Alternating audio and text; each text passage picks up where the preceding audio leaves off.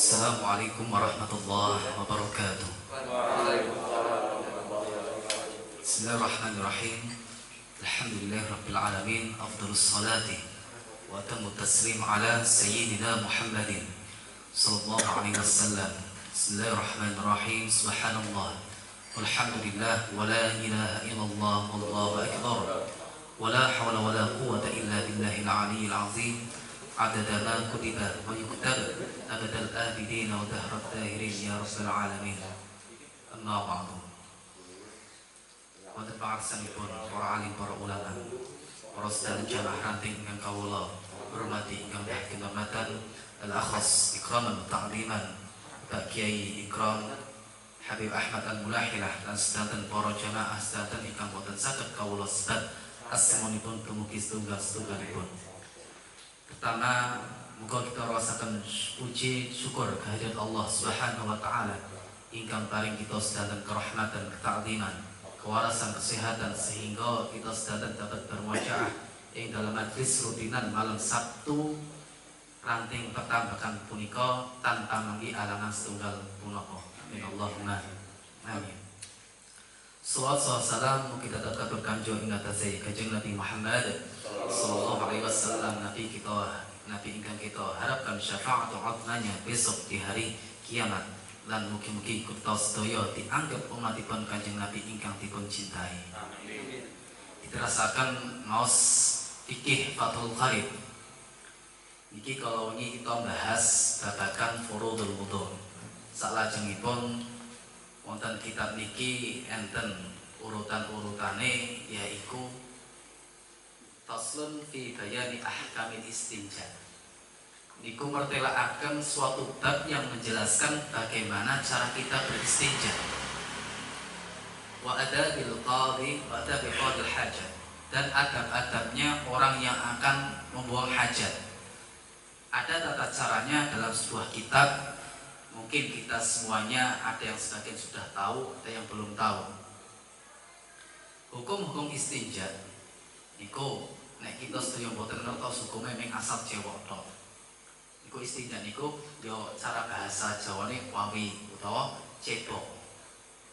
Cebok dalam istilah kita mau melaksanakan ibadah, mau melaksanakan sholat, baik itu yang membutuhkan kesucian secara hadas kecil dan besar, pasti membutuhkan kita menghilangkan hadas, baik hadas kecil dan besar, baik najis. Dan dalam bab ini kita membahas tentang cara membersihkan najis. Kemarin kita cara membersihkan hadas kecil kita dengan menggunakan wudu. Bismillahirrahmanirrahim. Wal istinja. Wal istinja wajibun minal dhuri wal khaiti. Istinja itu adalah suatu kewajiban bagi seseorang yang di situ buang hajat kencing ataupun buang air besar. Nah, nalikane bapak-bapak sedanten niku bar istinja utawa bar BAB utawa kencing niku dibersihin apa mboten? Bersihin. Kejaba nek wong sing kemproh baru ora dibersihin. Sebab wajib. Nanti ada tata cara sendiri bagaimana cara kita membersihkannya. Hukum-hukum syariat niku mengutamakan kesucian. Sebab al-Islamu alal fitrah. Islam itu di atas suatu kesucian apapun. Nek wong ora kepengen Islam ya wonge ora suci. Mula nalikane wong lahir niku yuladu alal fitrah, dilahirkan dalam keadaan suci. Baru orang tuanya ketika yang beragama Kristen mau mengislamkan boleh, mau mengislamkan boleh, mau menyahudikan juga boleh, tergantung orang tuanya. Dan istilahnya al-Islam itu fitrah. Karena dalam hadis at-tahuru syatrul iman, kesucian dan kebersihan itu termasuk dari sebagainya dari iman. Wal afdalu, ini suatu keutamaan yang luar biasa. Wal afdal ayyastanjiya bil ahjari summa yusbi'uha bil ma'i. Yang paling utama nalikane panjenengan sedaya sarane BAB wonten kamar mandi, wonten blumbang utawa wonten tempat pundi mawon sing layak damel BAB, asal boten teng lapangan. asal mboten tempat terbuka. Itu lebih utamanya ada dua cara. Yang pertama kita kita lap dulu dengan hajar, yaitu batu. Minimalnya 3 hajar. Kalau nggak ada 3 batu, boleh 1 batu asal mempunyai 3 sisi.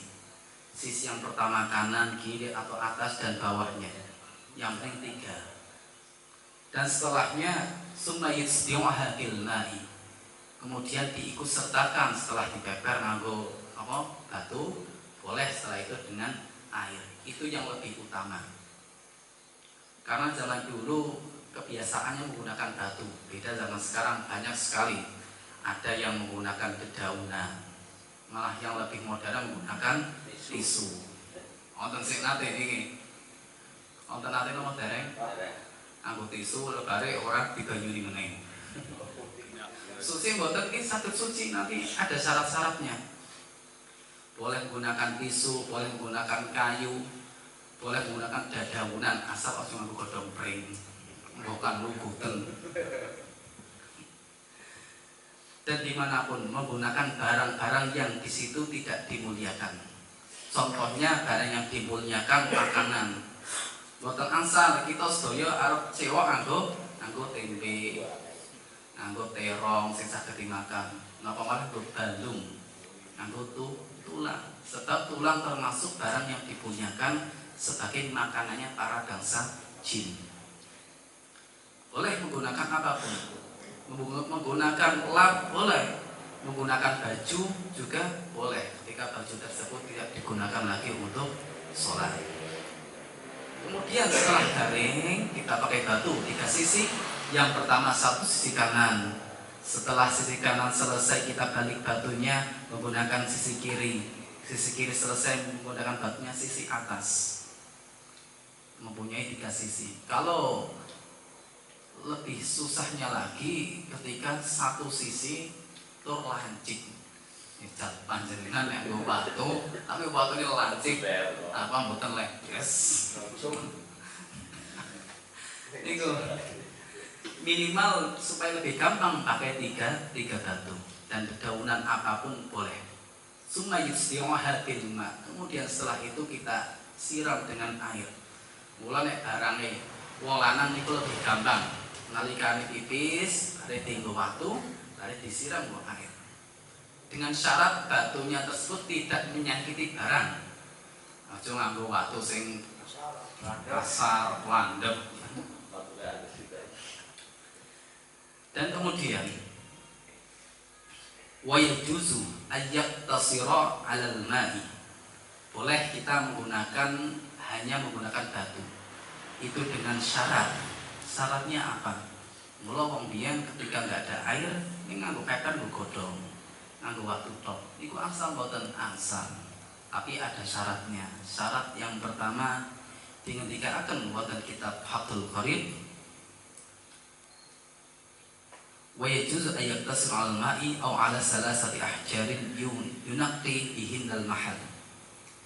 Yang pertama, kita kalau menggunakan air itu tanpa syarat apapun.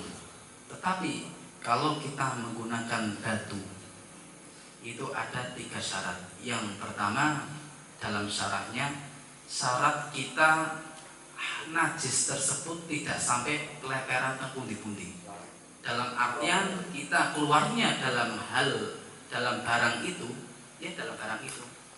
Kecuali misalkan ngantos mencet, ngantos teng pundi-pundi cipratane niku baru mboten angsal ngangge watu. Sing kedua, alla yajifal mahal. Jangan sampai panggonan sing metu niku ngantos garing.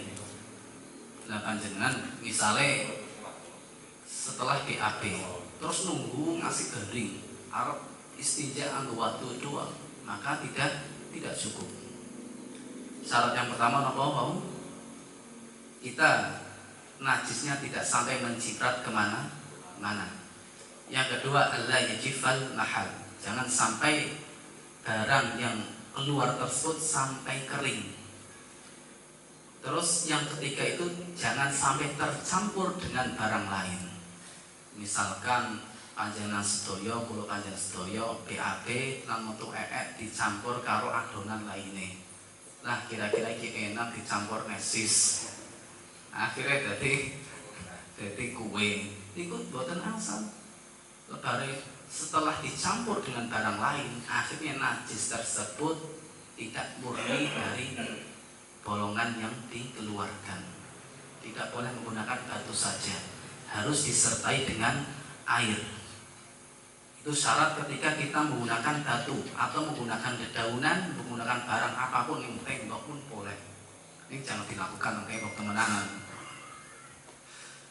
Angsal, walaupun angsal. Dan selanjutnya, ketika seorang itu terjadi dalam keadaan darurat, misal kula panjenengan sedaya wonten putih wonten ngalas lan tersesat ora ana banyu utawa teng padang pasir. Teng padang pasir tidak ada batu, terus tidak ada dedaunan. Itu kita memakai apa? Memakai barang seadanya. Misalkan plastik yang dalam kita ada plastik. Dengan syarat plastik tersebut mempunyai 3 sisi. Dan syarat yang kedua ada 3 itu. Yang pertama jangan sampai menciprat kemana-mana. Yang kedua syaratnya apa wau? Najise ampun ngantos garing. Dan yang ketiga tidak tercampur dengan barang lain. Itu cara kita beristinja. Sedangkan menggunakan air kita boleh menggunakan kapan saja dengan cara apa saja, yang penting airnya air suci dan mensucikan. Ampun sewa nganggo air kopi. Napa malih nganggo teh. Bendane arep gaul-gaul lah menyong gaul nang keton wong sugih sewoke nggo kopi. Nganggo susu nganggo sprite. Lah kata sandan dilanjutkan faida arada al-iktisara ala ahadihima fal ma'u afdal. Jika kita ingin memilih salah satu di antara keduanya, mau menggunakan batu atau air, mana yang lebih baik dan mana yang lebih afdal, yaitu fal afdalu bil ma'i, menggunakan air. Inilah cara kita menggunakan hajat, membersihkan hajat-hajat kita setelah membuang hajat. Terus sekarang adab-adabnya liqadil hajat. Bagi seseorang yang di situ habis buang hajat, ada adabnya tersendiri. Yang pertama, wayajtanibu istiqbalal qiblati wastidbaraha fis sahra'i. Kita supaya jangan sampai menghadap kiblat atau memburikan kiblat. Memburikan apa bahasa Indonesia? Membelakangi kiblat. Membelakangi kiblat fis sahra'i, di tempat yang terbuka atau di padang pasir pada zaman dahulu.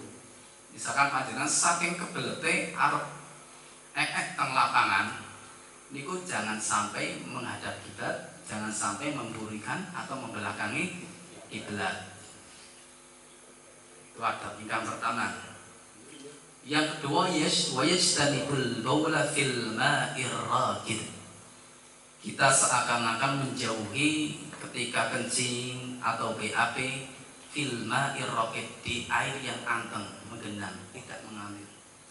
Jadi walaupun anak tok, ampun kita ampun ngising neng tok, ampun boyok neng tok, ngelasi wong liya, ngomongkan arep butuh banyu nggo godhog wedang. Filma irraqid, di air yang anteng. Kecuali kalau di sungai-sungai, di air yang mengalir, itu pun nanti ada adab-adabnya tersendiri. Wa yajtanibu aidan wa tahta syajaratil musmirati.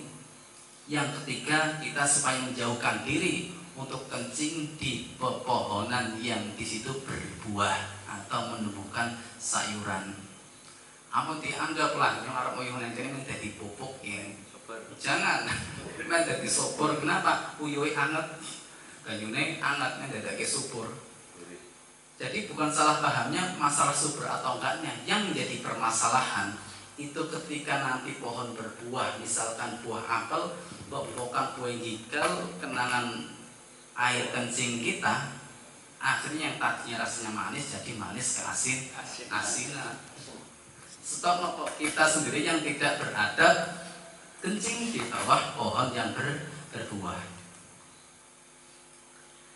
Diterasakan wafid thoriqi lan ampun sami nguyuh utawa BAP wonten dalan. Ning dalan raya arep gaul-gaul ternyata arep nguyuh ning kono. Kinten isin apa mboten? Hah? Napa enten sing ora gadah isin? Ojo-ojo diteng-tengna nguyuh ning pinggir dalan. Itu secara adabnya. Dan jalan di sini yang di mana thoriq itu bisa juga jalan setapak, jalan raya, atau jalan tol bisa jadi. Semua jalan yang di situ diambah semua manusia atau makhluknya Allah. Wadili, dan tidak boleh kita itu kencing di sesuatu yang pasang iup-iupan. Jadi sing biasa ngiyup uang niku apa dikencingi. Misalkan yang pohon beringin, sing rindang, ngasih di situ bisa buat menaungi, bisa buat berteduh, jangan sampai kencing di situ. Karena ditakutkan orang yang ketika mau berteduh di situ malah menjegongi kita studio. Bicara pipun rausen yang ada di panjenengan Arab teduh-teduh atau panas-panas Arab meneduh neng kono. Tapi pas jekong malah jegongnya uang utawa uyuwe uang niku mesti mangkel karena apa? Itu termasuk dari salah satu adab kita. Wasuqbi, dan kita di situ tidak boleh atau dilarang untuk mengencingi suatu bolongan semut, amut itu umai semut jajal panjenengan nek umai duyui wong gede.